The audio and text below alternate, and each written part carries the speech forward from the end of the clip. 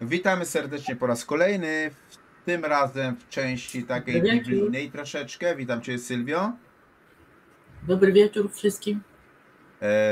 Przybliżymy sobie dzisiaj postać Marii Magdaleny i Ewangelię Magdaleny. To dosyć ciekawie może być, bo na przykład Mormoni twierdzili, że to wesele w Kani Galilejskiej to było wesele poligamiczne Jezusa z Marią i z Marią Magdaleną, prawda?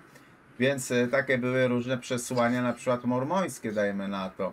Ale też niektórzy twierdzili, że ona była prostytutką i twierdzili, że nic wspólnego z prostytucją nie miała tak naprawdę. Także jest to, mi się wydaje, taka dosyć ciekawa postać. Ciekawa postać, warta omówienia, jak i również bardzo ciekawa jest Ewangelia Marii Magdaleny, choć tak naprawdę nikt nigdy nie powiedział, że ją napisała Maria Magdalena, bo na końcu jest napisane, że napisała ją Maria. A tradycja tylko mówi, że Maria Magdalena. Ale do tego jeszcze sobie dojdziemy, więc myślę, że jest to postać, którą warto omówić i żebyśmy sobie ten temat przybliżyli i tych apokryfów. Oddaję Tobie głos, Sylwia, bo... jeszcze Ci jedną rzecz powiem. Mnie tutaj atakują w ogóle maile, jakieś mi piszą potajemne za Twoimi plecami, że proszę przyznać się szczerze, czy Pani Sylwia posiada jeszcze wiarę po tych wszystkich objawieniach? Czy jest osobą wierzącą, czy też nie? Właśnie dziś mnie tak zaatakowali jakimiś mailami jacyś ludzie, więc... Bo jak nie to egzorcyzmy wypełnił. Tak, proszę Państwa, jestem osobą wierzącą, ochrzczoną i praktykującą i nie wierzę w żadne objawienia maryjne. No, właśnie. Wyjaśniłam problem. Matka Boska nie przychodzi i nie straszy. Nie ma problemu. Tak więc startujemy z naszą Ewangelią Marii. A jeszcze blok reklamowy. Blok reklamowy jeszcze, faktycznie, bo ja bym zapomniał, czekaj, bo myśmy przegapili pewne rzeczy reklamowe. A ja przy okazji skorzystam i sobie tutaj uzupełnię notatki. Tak. To jest oczywiście reklama wykupiona za grube pieniądze, więc musi się pojawiać.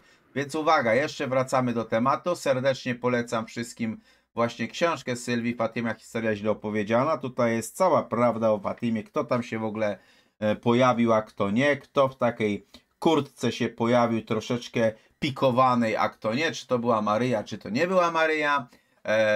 Namiary znajdziecie pod naszą rozmową, więc zachęcam, żeby wziąć i nabić tą książkę, bo tak jak mówię, tutaj bijemy się cały czas, żeby 1000 egzemplarzy zostało sprzedanych i wierzymy, że tak też będzie, bo coraz bliżej zbliżamy się do tej liczby. Tak, dziękuję bardzo wszystkim, którzy kupują. Cały dochód z tej książki przeznaczony jest na pomoc. Ta pomoc jest oczywiście niewielka, nie będziemy ratować nikomu życia, ale zawsze można opłacić rachunki, prąd, wodę, gaz, tym takiej jednej rodzinie, która tego potrzebuje. A teraz tematem dzisiejszego wieczoru jest udział kobiet w najwcześniejszych zborach chrześcijańskich. Wcale nie. Tak sobie zagaiło. Tematem jest Maria Magdalena. Zanim przejdziemy do Marii Magdaleny, musimy zrobić sobie wstęp. Prześledzimy wydarzenia od czasów Jezusa, kiedy kobiety wydawały się być stosunkowo ważną częścią społeczności chrześcijańskiej, do późniejszych czasów, kiedy aktywność była coraz bardziej ograniczana. Chciałabym zacząć od kilku słów o kobietach w tak zwanym ruchu Jezusa. Przede wszystkim ważne jest, aby zrozumieć, zrozumieć kontekst I wieku. To były czasy jak najbardziej patriarchalne. Władza i przywileje znajdowały się w ręku mężczyzn, a przede wszystkim jakich mężczyzn? No wszystkich mężczyzn, ale przede wszystkim mężczyzn z kręgów elit. Wiadomo, ale nie tylko, bo w każdym mieście, w każdej wiosce, w całym Cesarstwie Rzymskim, od tych lokalnych elit do najmniejszej jednostki rodzinnej, to mężczyzna podejmował decyzje w imieniu swoich podopiecznych, swoich kobiet też, które wchodziły w tę rolę. I rola kobiety była ograniczona często do przestrzeni domowej i wychowania dzieci. To mówię prawie tak, jak mówiła w współczesnych czasach. Na dodatek interakcje z mężczyznami, którzy nie należeli do rodziny, którzy nie byli członkami rodziny, były źle widziane. I tak jest do tej pory w niektórych rejonach świata. Na obszarach wiejskich wydaje się, że tam wśród biednych ludzi nie zawsze było możliwe jasno zachowanie roli dwóch płci, prawda? Wiadomo, tam bieda w ogóle tak jakby łączy ludzi. Ale nawet tam te nawyki z trudem umierały. Zawsze było takie poczucie zróżnicowania płciowego, mimo tego, że w tym wiejskim środowisku trudno było utrzymać ten patriarchat, aż mi się język zaplątał, to nawet mimo tego, że było trudno, to mężczyzna był tym, który decydował o życiu.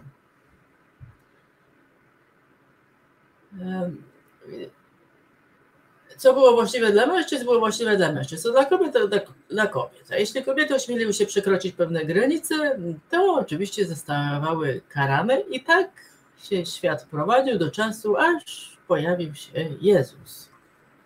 Pierwszy feminista na świecie. Urodził się w świecie, który dostrzegał czyny mężczyzn, ale nie kobiet. I to jest nawet po jego śmierci i chwalebnym zmartwychwstaniu. Był to świat, który pamiętał imiona braci Jezusa, ale już nie pamiętał, jak nazywały się jego siostry. Równie ważne jest, aby zrozumieć naturę Ewangelii. Ewangelie są dokumentami wiary i zostały napisane nie po to, żeby opisać biografię Jezusa, ale aby wzmocnić wierność, wiarę, żeby ogłosić Go pomazańcem Bożym, Chrystusem, jedynym Synem Bożym. Nigdy nie miały na celu, nie chciały być społeczną historią wczesnego chrześcijaństwa. One nie są zainteresowane dokumentowaniem tego, kto za nim poszedł, kto go naśladował i dlaczego skłoniło niektórych ludzi do bycia jego uczniami, a innych nie. Te problemy to są problemy współczesnego świata, to są nasze problemy. Dla nas to jest jakimś cudem, dla nas jest to najważniejsze. I co gorsza, nie znajdujemy odpowiedzi na te pytania, bo te pytania w ogóle ludzi z okresu, o którym mówimy, w ogóle ich nie interesowały. Ta historia, którą opowiadają ewangeliści, skupia się na samym Jezusie. Jego życie domowe jest czasem opisywane, musiało być jakieś życie domowe, prawda? Ale unosi się do zewnętrznej, jakiejś męskiej przestrzeni i działań Jezusa wobec tych wszystkich wybitnych mężczyzn, tych przywódców, faryzeuszy, arcykapłanów, namiestników rzymskich i oczywiście uczniów płci męskiej. Więc nacisk położony jest na to, co Jezus mówi i robi i na to, co mężczyźni o nim myślą. Jak zatem możemy cokolwiek powiedzieć o kobietach w ruchu Jezusa? I niestety nie możemy dużo powiedzieć, ale jeśli ktoś czyta Ewangelię, to zwraca uwagę na drobne wskazówki w tekście, w miejscach, które przetrwały i które utrwaliły wspomnienia o kobietach, pomimo tej patriarchalnej kultury, a czasem nawet pomimo intencji ewangelistów. I czasami te drobne wskazówki jakoś tak się przedostają i kiedy użyjemy trochę swojej wyobraźni, to pojawia nam się zupełnie inny obraz tego, jak wyglądał ruch Jezusa. Kiedy zatem próbujemy zrozumieć, jak kobiety wpasowują się w pewne rzeczy, nasza wiedza jest pełna luk, tak? A zdaniem naszym, tutaj tej grupy, jest wypełnienie tych luk w jak najbardziej wiarygodny sposób. Zaczniemy więc od uczniów Jezusa. Fakt. Miał 12 uczniów płci męskiej. Fakt historyczny. Wspominają o tym wszystkie źródła. I ci mężczyźni oczywiście mieli bardzo konkretny cel. Było ich 12. I 12 reprezentuje 12 plemion Izraela w czasach Jezusa. W czasach Jezusa pozostały 2 plemiona, potem 10 z nich zostało zmiecionych przez Asyryjczyków w VIII wieku, więc te otaczające się 12 mężczyznami Jezus symbolicznie pokazywał, że Izrael zostanie odrodzony, że ziemia zostanie odnowiona i że tym razem to Bóg będzie rządził. I co ciekawe, ta 12 jest symbolem. To nie ma sensu kłócić się, kto był jego uczniem, a kto nie był jego uczniem, zwłaszcza, że jeśli śledzimy Ewangelię, to te imiona tam się raczej w kilku miejscach w ogóle nie pokrywają. Bo najważniejszym faktem nie było to, kto jest w tej grupie, tylko że było ich do 12. Stopniowo oczywiście, gdy chrześcijanie się przenieśli z żydowskiego środowiska do świata pogan tak zwanego, to symboliczne znaczenie 12 w ogóle malało. Jezus miał 12 uczniów i nie musieli oni mieć określone imiona.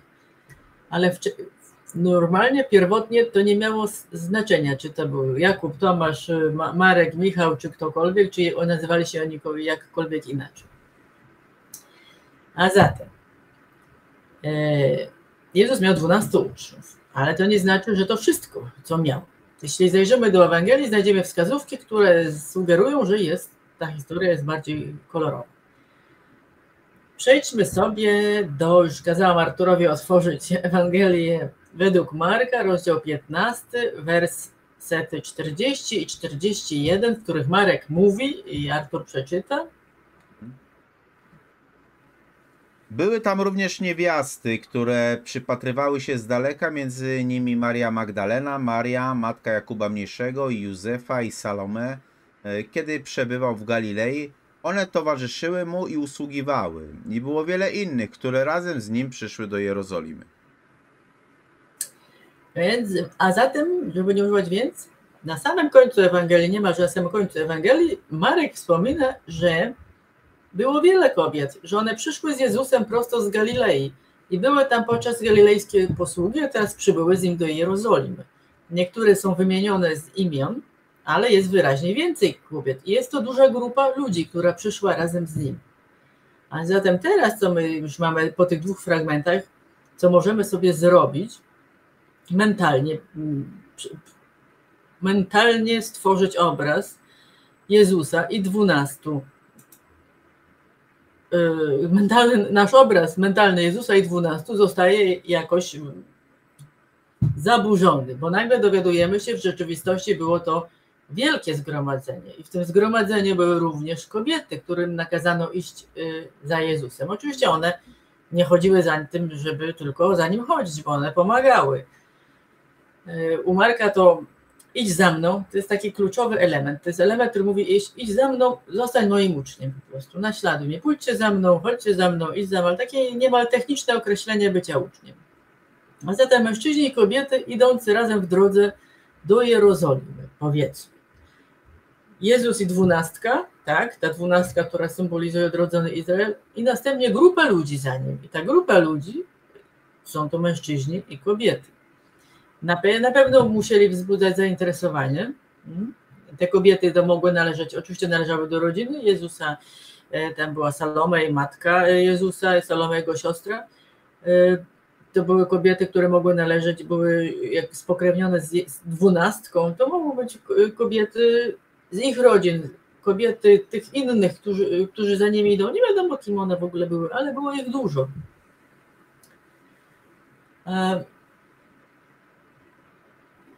A zatem dla Marka te kobiety są łącznikiem później staną się łącznikiem między Jezusem na krzyżu, jego pogrzebem, pustym grobem. Kiedy wszyscy mężczyźni już odeszli, kiedy wszyscy go opuścili, Marek używa kobiet jako łącznika.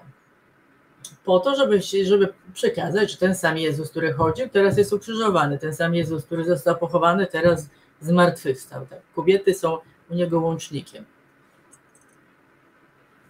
Teraz sobie otwórzmy Łukasza 8. Już sekundka. Łukasza 8. Tam jest, że Jezus jest jeszcze w Galilei, ale Łukasz dodaje kilka nowych idei. Mówi, że przemierzał miasta i wsie, głosił dobrą nowinę i było z nim 12 oraz kilka kobiet, które zostały uwolnione od złych duchów. I od słabości. Jest to w Łukaszu 8?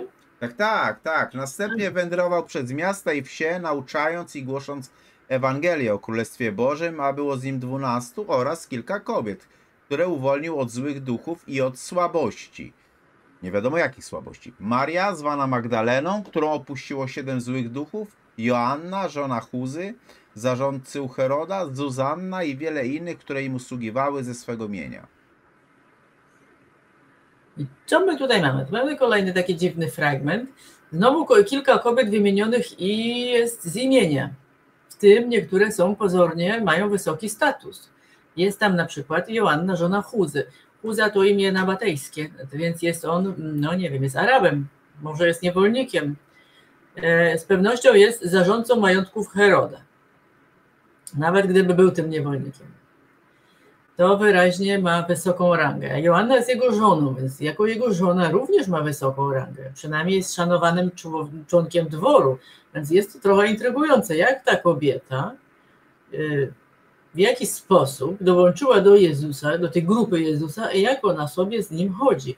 Jakie tam powstawały plotki na dworze i co się w ogóle działo, ale też interesujące jest to, że te kobiety, które się nie powiem, za nim chodziły, bo to głupio brzmi. Te kobiety, które towarzyszyły w tym ruchu, one były bogate.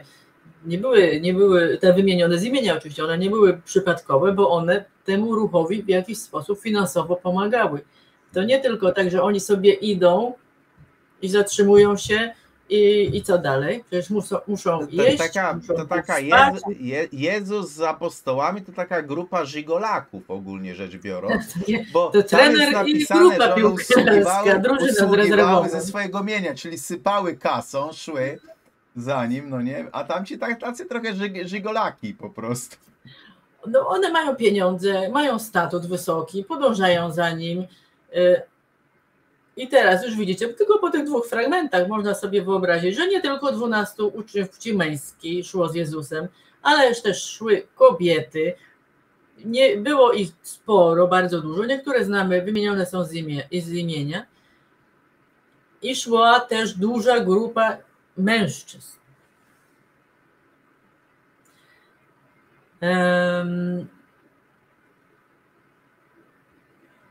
Oczywiście nie przesadzajmy, nie będziemy udawać, że te kobiety odgrywały jakąś tam nie wiadomo jaką rolę. One są tylko delikatnie wspomniane.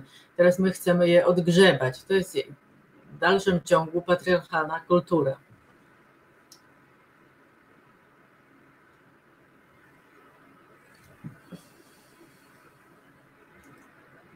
I do czego ja zmierzam, żeby nie...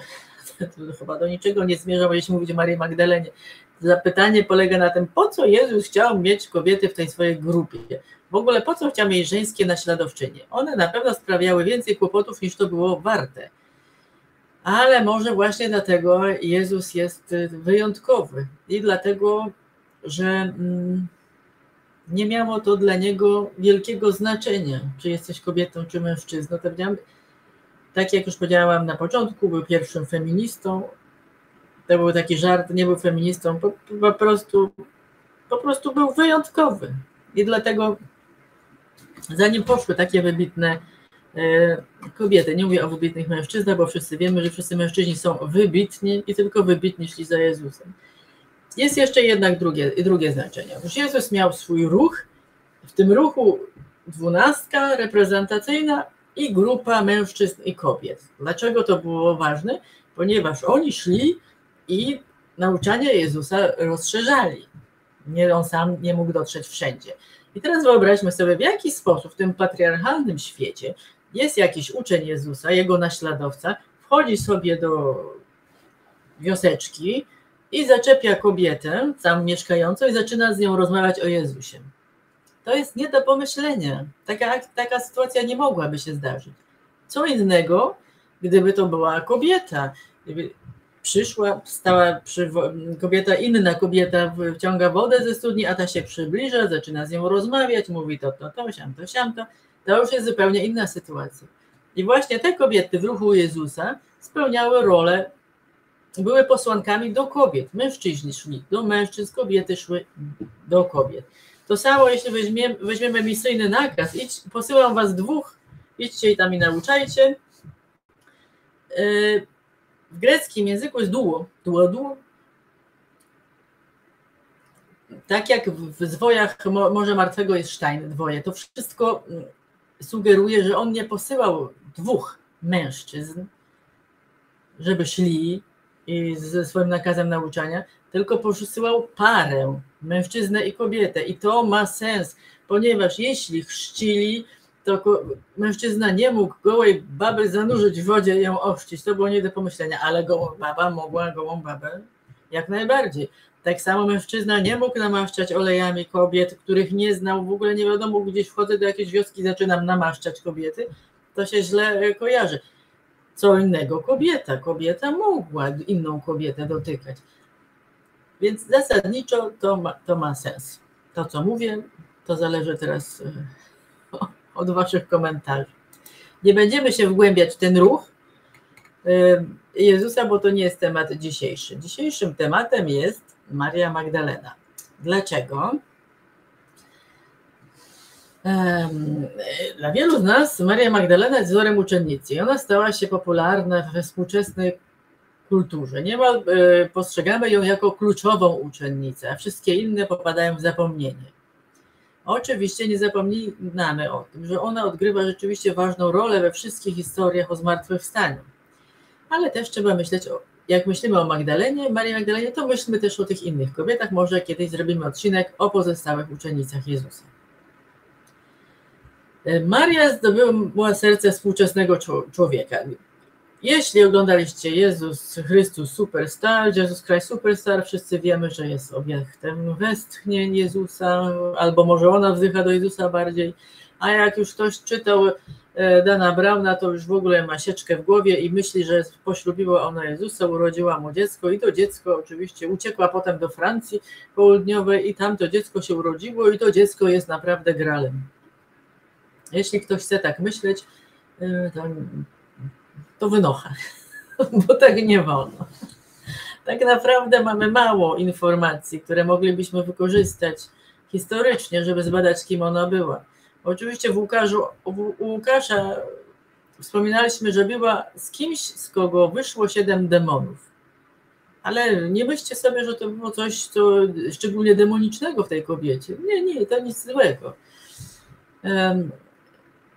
Nie było w niej nic złego, zanim przyszła do Jezusa.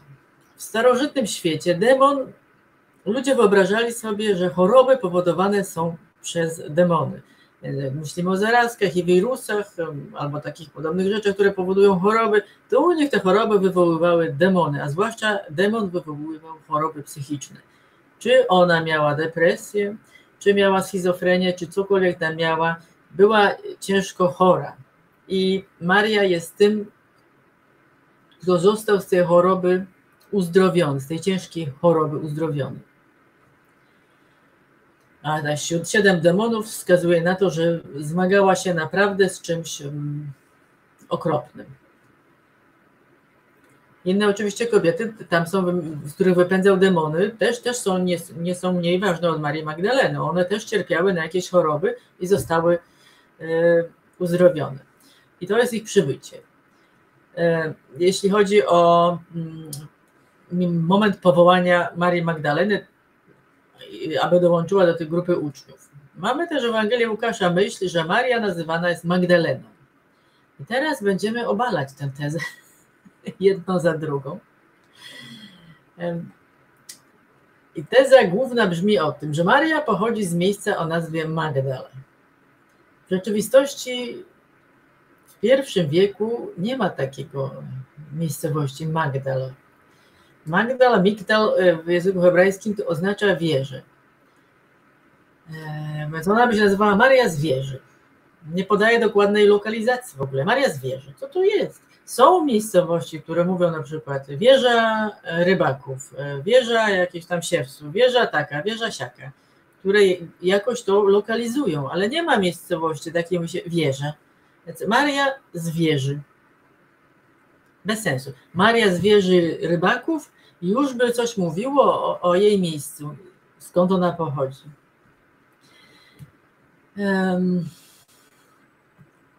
I tak, co naprawdę interesujące jest w tym obalaniu naszym dzisiejszym, to zdradzę wam coś takiego. Na początku V wieku święty Hieronim,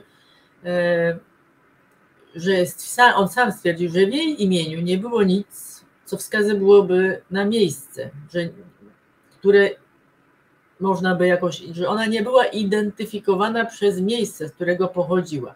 Chodzi o to, kim ona była. Hieronim pisał do kobiety zwanej Principia list. I tam w tym liście, on kilka listów napisał, ale w tym liście mówił, że jeśli chodzi o Marię Magdalenę, to on ma na myśli to, że dzięki swej gorliwości i żarliwej wierze otrzymała nazwę wieży i zasłużyła na to, aby pierwsza zobaczyć zmartwychwstałego Chrystusa. Więc mamy tutaj właściwie przezwisko. To coś, co o niej mówi. Ona jest wieżą. Coś w rodzaju przywódczynią. Nie chcę wam tutaj namieszać w głowie. Oczywiście Maria Magdalena w Kościele Wschodnim jest wielką świętą, wiodącą uczennicą. Pojawia się jako jedna z 12 w niektórych wczesnych tekstach chrześcijańskich, takich, które nie są szczególnie popularne, o których będziemy mówić. Jest ważną kobietą w utworach gnostyckich. Mamy więc Marię jako kogoś całkiem wyjątkowego. Mamy ją jako kobietę wymienioną z imienia. Oczywiście inne też są wymienione z imienia, ale Maria Magdalena jest szczególnie ważna. Jest zlokalizowana w grupie uczniów. I jeśli powiemy jej,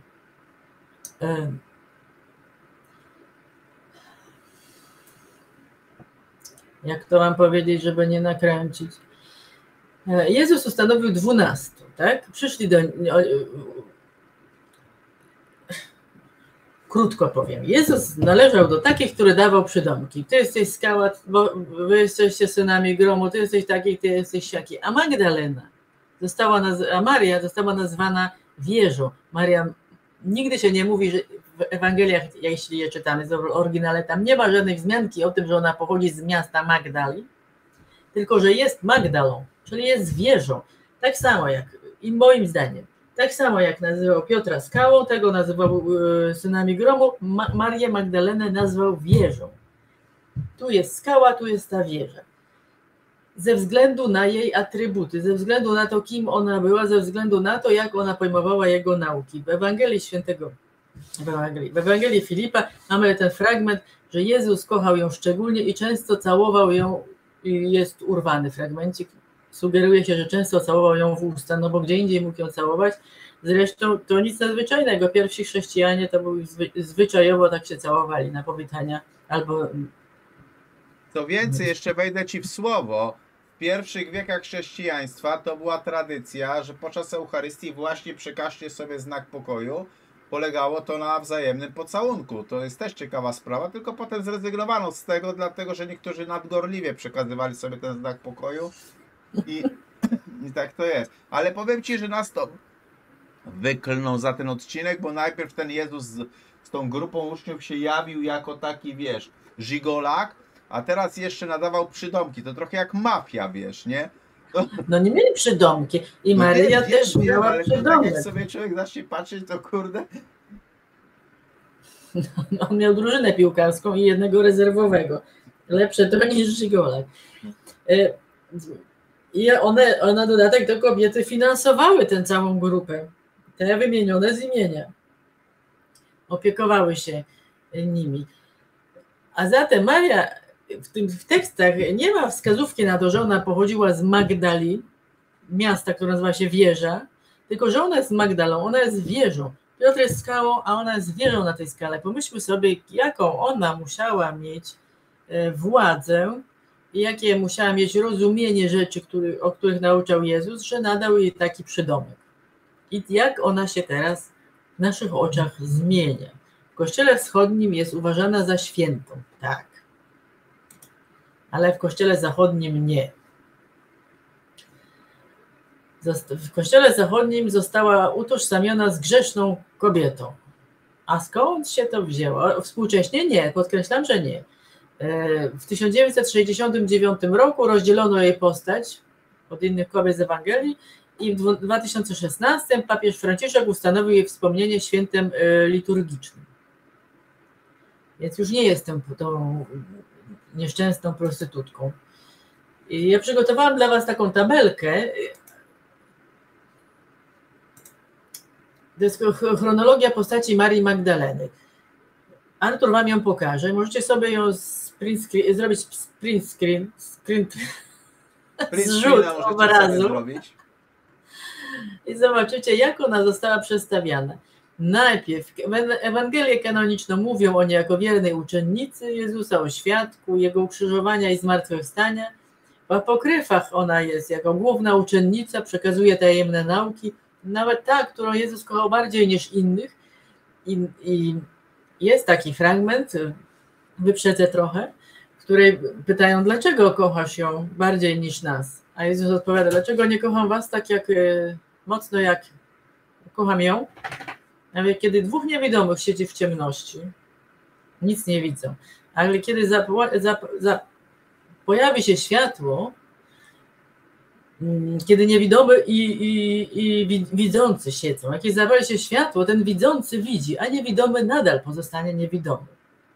To było odwołanie, odnośnik do Marii Magdaleny, jakie ona miała znaczenie i dlaczego uważał ją za tak wyjątkową, bo widziała więcej i rozumiała więcej niż oni.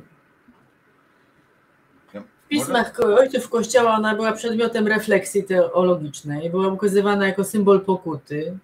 W ikonografii wczesnochrześcijańskiej też była często ukazywana w sensie pokutnym. I dopiero takie badania nad zwojami z Nag Hammadi rzuciły jakieś inne światło na tę kobietę. Współcześnie ona jest rehabilitowana. Przez papieża, oczywiście powiedziałam Franciszka, niech już będzie, że przez Franciszka.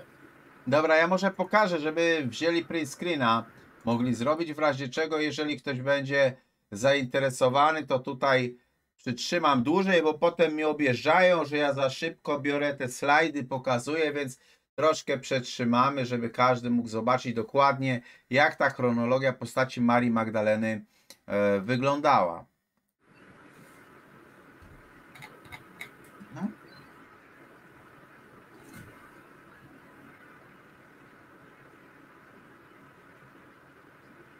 Jeszcze jedną rzecz wam pokażę, bo tam jeszcze następne Sylwia jest w średniowieczu Maria Magdalena w malarstwie i ikonografii, nie?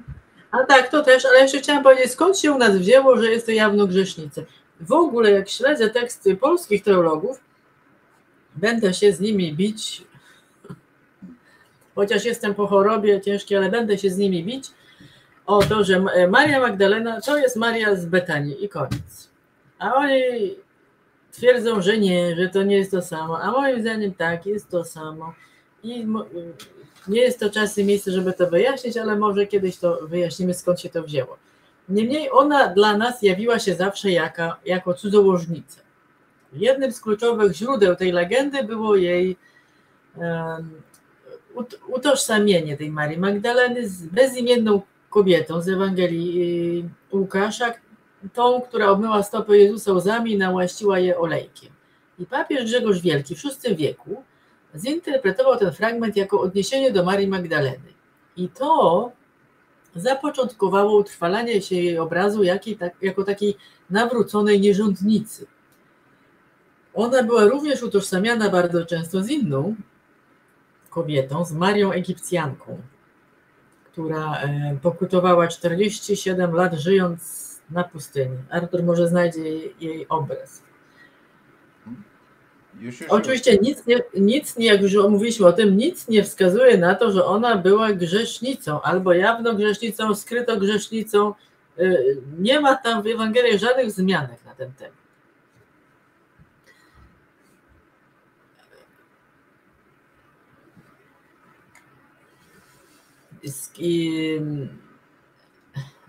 Ten krok w kierunku grzesznicy to już zrobił święty Augustyn tak naprawdę. On poszedł w kierunku utożsamienia Marii z Betanii z grzesznicą.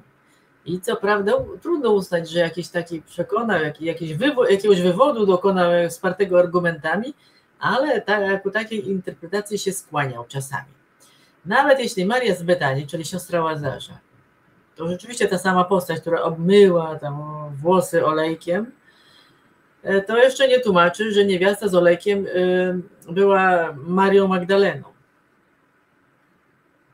W pismach ojców Kościoła do IV wieku nie znajdziemy w ogóle wzmianek, aby Marię Magdalenę utożsamiano z Marią z Betanii. I nie robi tego również Augustyn. Chciałam to podkreślić, ale Te wczesny Kościół, wczesne Augustyny i wszystko inne nie śledzili manuskryptów i nie porównywali ich ze sobą, a my teraz to robimy i nam się wydaje, że Maria Magdalena jest Marią z Betanii.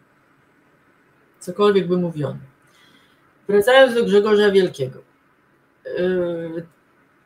Ten węzeł, który powoduje, że jedni utożsamiają Marię z Betanii z tą, która obmyła włosy olejem. Inni z kolei, skoro obmyła włosy olejem, to jest Maria Magdalena. A więc Maria Magdalena to jest Maria z Betanii. Inni, że z Maria z Betanii nie jest Maria Magdalena. Grzegorz Wielki to w końcu zakończył. Trudno mówić, żeby zakończył w ogóle, bo on jeszcze bardziej namieszał. Tym razem poprzez swoje homilie, w których mówił o Marii Magdalenie i wspominał ją kilkakrotnie.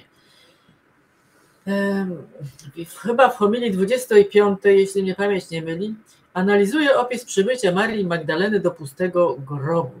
I już słowa wprowadzające pokazują, jak on widzi tę postać. Mam tutaj fragment, który sobie zachowałam i on pisze tam tak. Maria Magdalena, która wcześniej była w mieście grzesznicą, wskutek ukochania prawdy zmyła łzami zmazy przestępstwa. I tak wypełniają się słowa prawdy, która mówi: odpuszczone jest jej wiele grzechów, gdyż wielce umiłowała. Bo ta, która najpierw wskutek popełnienia grzechów pozostała zamarzła, potem wskutek ukochania potężnie zapłonęła. Papież nie ma wątpliwości, że to ona jest tą Łukaszową niewiastą z olejkiem, czyli grzesznicą, która namaściła głowę Chrystusa. A skąd on ma taką pewność i co nim kieruje? On nie wyjaśnia tego. Bo w ogóle nie chodzi o to, żeby wyjaśnić, bo nie był historykiem, ani nie zajmował się badaniem tekstu. On po prostu chciał coś przekazać. Pod koniec tego kazania jeszcze raz tam zestawia Marię Magdalenę i grzesznicę i nie wdaje się w dowodzenie. Czy rozumie, czy nie rozumie, skąd to wziął i dlaczego tak uważa. Była to homilia o zmartwychwstaniu, a nie o drodze życia Marii Magdaleny, żeby trochę go obronić.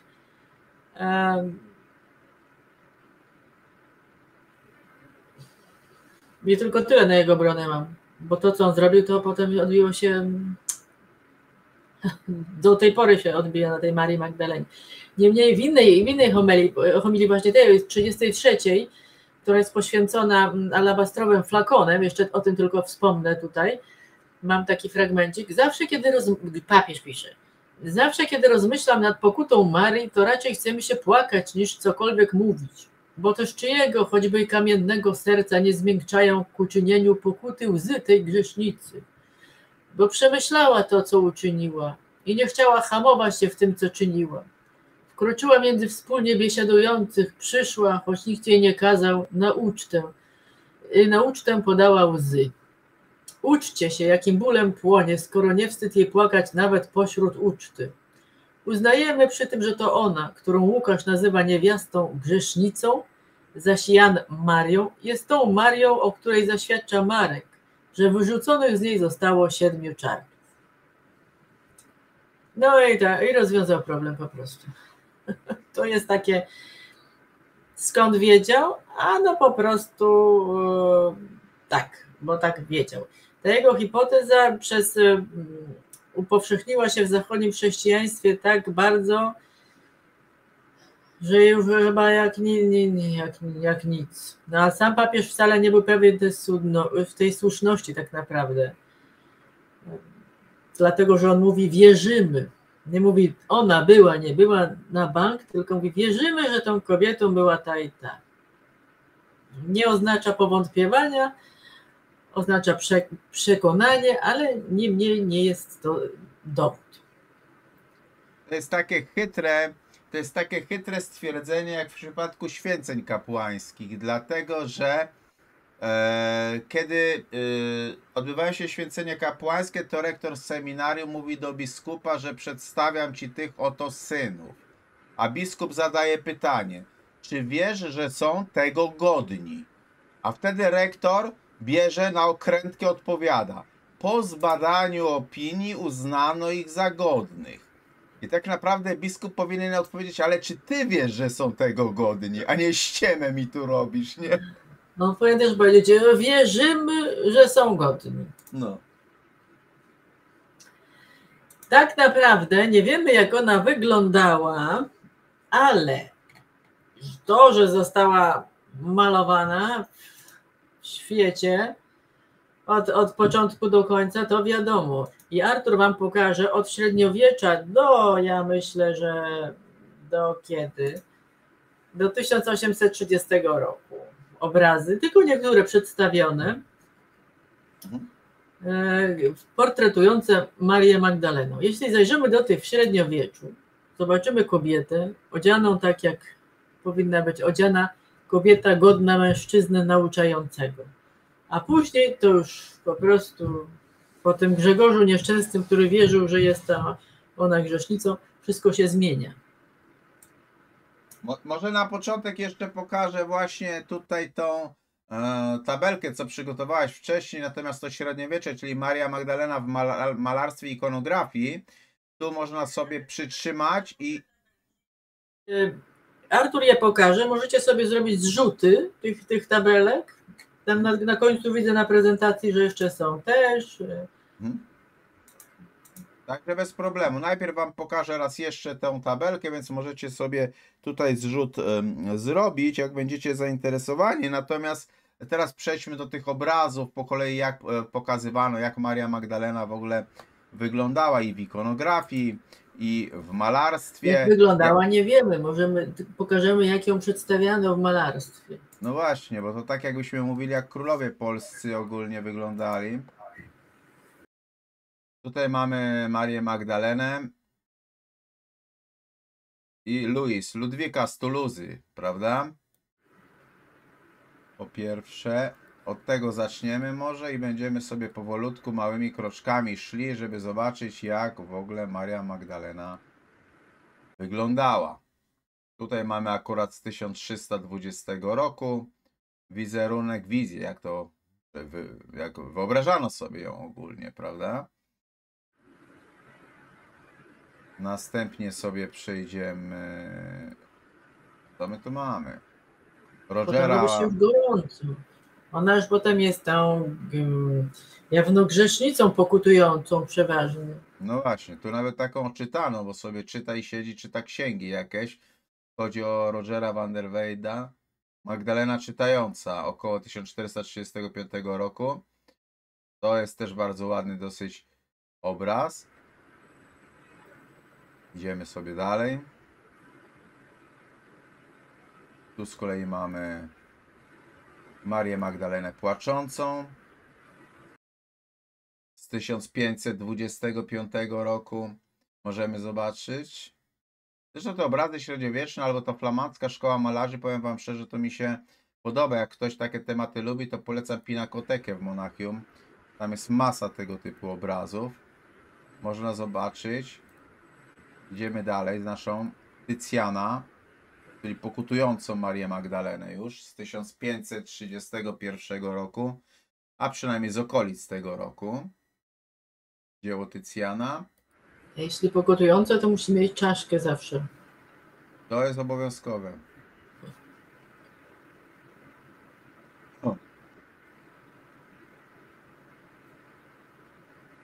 Tu mamy następną, oczywiście tak jak Sylwia mówi, Guido Reni, pokutującą Marię Magdalenę stworzył. Oczywiście czacha jest jak najbardziej pod ręką, bez najmniejszego problemu. Żeby pokazać, że upadła na głowę.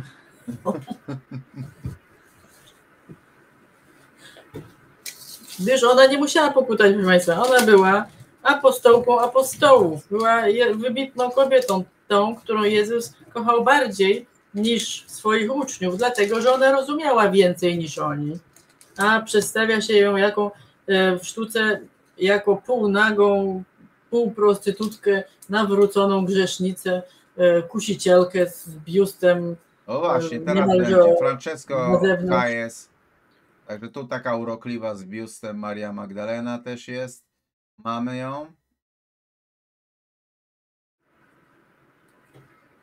Zajrzyjmy sobie jeszcze. I na końcu jest to jest ikona kościoła wschodniego, bardzo ładna. Aha. Tak ją sobie wyobrażano. O właśnie, to jest ta ikona Kościoła Wschodniego. No, ona w Kościele Prawosławnym to odgrywa bardzo dużą rolę. I na końcu tego wykładu, proszę Państwa, już widzieliśmy tam wszystkie Marie Magdaleny. Widzieliśmy święta, grzesznica, Madonna z wielkim cycem, tak jak tam mówili w tym Alo, Alo. Alo, alo. Wszystko jej pokazano, ale tak naprawdę, zwróćmy uwagę, Artur pokaże Wam jedno zdjęcie. Być może była to taka kobieta. Siedzą sobie 3 niewiasty. Joanna, żona Chuzy, Maria i Maria Magdalena. No właśnie, być może to było po prostu tak. Może po prostu wyglądały tak. A nie takie jakieś roznegliżowane, prawda? Jak to szkoła flamandzka pokazywała. Najzwyklejsze kobiety, które w patriarchalnym świecie poszły za Jezusem, poszły za Nim. Dlaczego? Nie dlatego, że On im proponował coś, pieniądze, władzę czy cokolwiek, tylko dlatego, że Jego nauczanie było wyjątkowe, tak wyjątkowe, że zdecydowały się za Nim pójść. I On nie miał nic, jako nauczyciel tego całego ruchu, nie miał nic przeciwko temu. I to na tym polegała Jego wyjątkowość. Przeskoczył wszystko i został niezrozumiany absolutnie. Może jeszcze na zakończenie te 3 zostały tutaj pokazane, jak zmieniało się patrzenie na Marię Magdalenę, może jeszcze wrzucę. I kto chce, niech sobie print screen. Poduma na ten temat. Tutaj macie kwestię, jak zmieniało się patrzenie na Marię Magdalenę przez cały okres czasu, moi drodzy. Kto chce, niech sobie poduma na ten temat, bo myślę, że to będzie bardzo ważne. Ta cała ewolucja postrzegania Marii Magdaleny, I, IV wiek, VI wiek, czyli w sumie Grzegorz Wielki, który ją zaczął utożsamiać z grzesznicą, średniowiecze, no i aż do czasów dzisiejszych. To też ciekawa jest kwestia. Myślę, że to będzie bardzo dobry wstęp w sumie do tego, żebyśmy przeszli później dalej do Ewangelii Marii Magdaleny. Chciałam mówić o Ewangelii Marii Magdaleny, ale jak tu mówić o tej Ewangelii bez wspominania o kobietach w ruchu Jezusa? Bo to, że powstała taka Ewangelia, to znaczy, że one musiały odgrywać ważną rolę w tej całej organizacji. A szczególnie jedna z nich, i była to niezwykła postać, tak niezwykła, że aż ma swoją Ewangelię. I ta Ewangelia to dopiero jest Ewangelia. Powiemy za tydzień. Gębą. Na zakończenie tylko pokażę porównanie właśnie Biblii i jak w Biblii jest przedstawiana Maria Magdalena, a jak w apokryfach. To będzie taki przedsmaczek do następnego naszego spotkania. Tutaj też możecie sobie zrobić screenshota, zrzucić, obejrzeć, jak pokazywano ją w Biblii, w kanonie biblijnym, a jak w gnostyckich apokryfach. I teraz już nikt z Was, z naszej gnostyckiej grupki, nie będzie twierdził, że Maria Magdalena to jest ta jawnogrzesznica, z której wypędzono 7 złych duchów. Idźcie i nauczajcie wszystkie narody. No. Dzięki. Na zakończenie dodam. Dzięki, Sylwia, i zapraszamy do następnego spotkania właśnie z tą Ewangelią o Marii Magdalenie, bo to dopiero będzie się działo. To jest dopiero Ewangelia Ewangelii. I chciałem tylko powiedzieć, że to będzie już 3, którą omawiamy, bo na początku zaczęliśmy od protoewangelii Jakuba, prawda, w tym Christmas bonus, potem o Ewangelii Judasza mówiliśmy. No i teraz zostaje z tych ciekawszych również Ewangelia Marii Magdaleny, a tych Ewangelii jest dużo, dużo więcej, nie? Wszystkie przelecimy. No, także tak. Zostając w kręgu nałożnictwa. Wszystkie Ewangelie przelecimy, te niezatwierdzone i każdy z nas dostanie medal gnostycki. No sami sobie wręczymy. A na końcu nas wyklną. W ogóle musimy pomyśleć nad jakimiś takimi dyplomikami dla wiernych słuchaczy, gdzie właśnie za przejście kursu gnostyckiego po prostu będziemy wystawiali coś. ogólnie. Cyrograf taki do Cyrograf. spalenia na stosie w sam raz, jako podpałka. Niemniej, po tym wszystkim, o czym my mówimy, czyż ruch Jezusa nie jest piękny, nie wydaje się fantastyczny? To nie jest Jezus z grupką 12, którzy chodzi tam i siam, coś mówi, coś robi, tylko On ma rzeszę swoich ludzi. Ma rzeszy, on ma sponsorów, on nadaje im właśnie przydomki Bogate jak kobiety, w jakimś gangu. Potem kobiety go sponsorują, także no robi się po prostu w ogóle coraz ciekawiej. Ogólnie. fajny koleś. Ciekawe tylko, czy mężowie tych kobiet wiedzieli, że one kasę przepierniczały i sponsorowały tych kolesiów. Także, Ciekawe, czy ten Huza z dworu wiedział o tym. no właśnie. No. Płacały na radio. Dzięki ogromne, Sylwia. Zapraszamy do Ja następnego również. spotkania. Za tydzień Pozdrawiam. będzie poważnie i normalnie. No i czekamy na wasze komentarze oczywiście. Udostępniajcie gdzie tylko możecie, komentujcie, lajkujcie. Pozdrawiamy serdecznie. Trzymajcie się.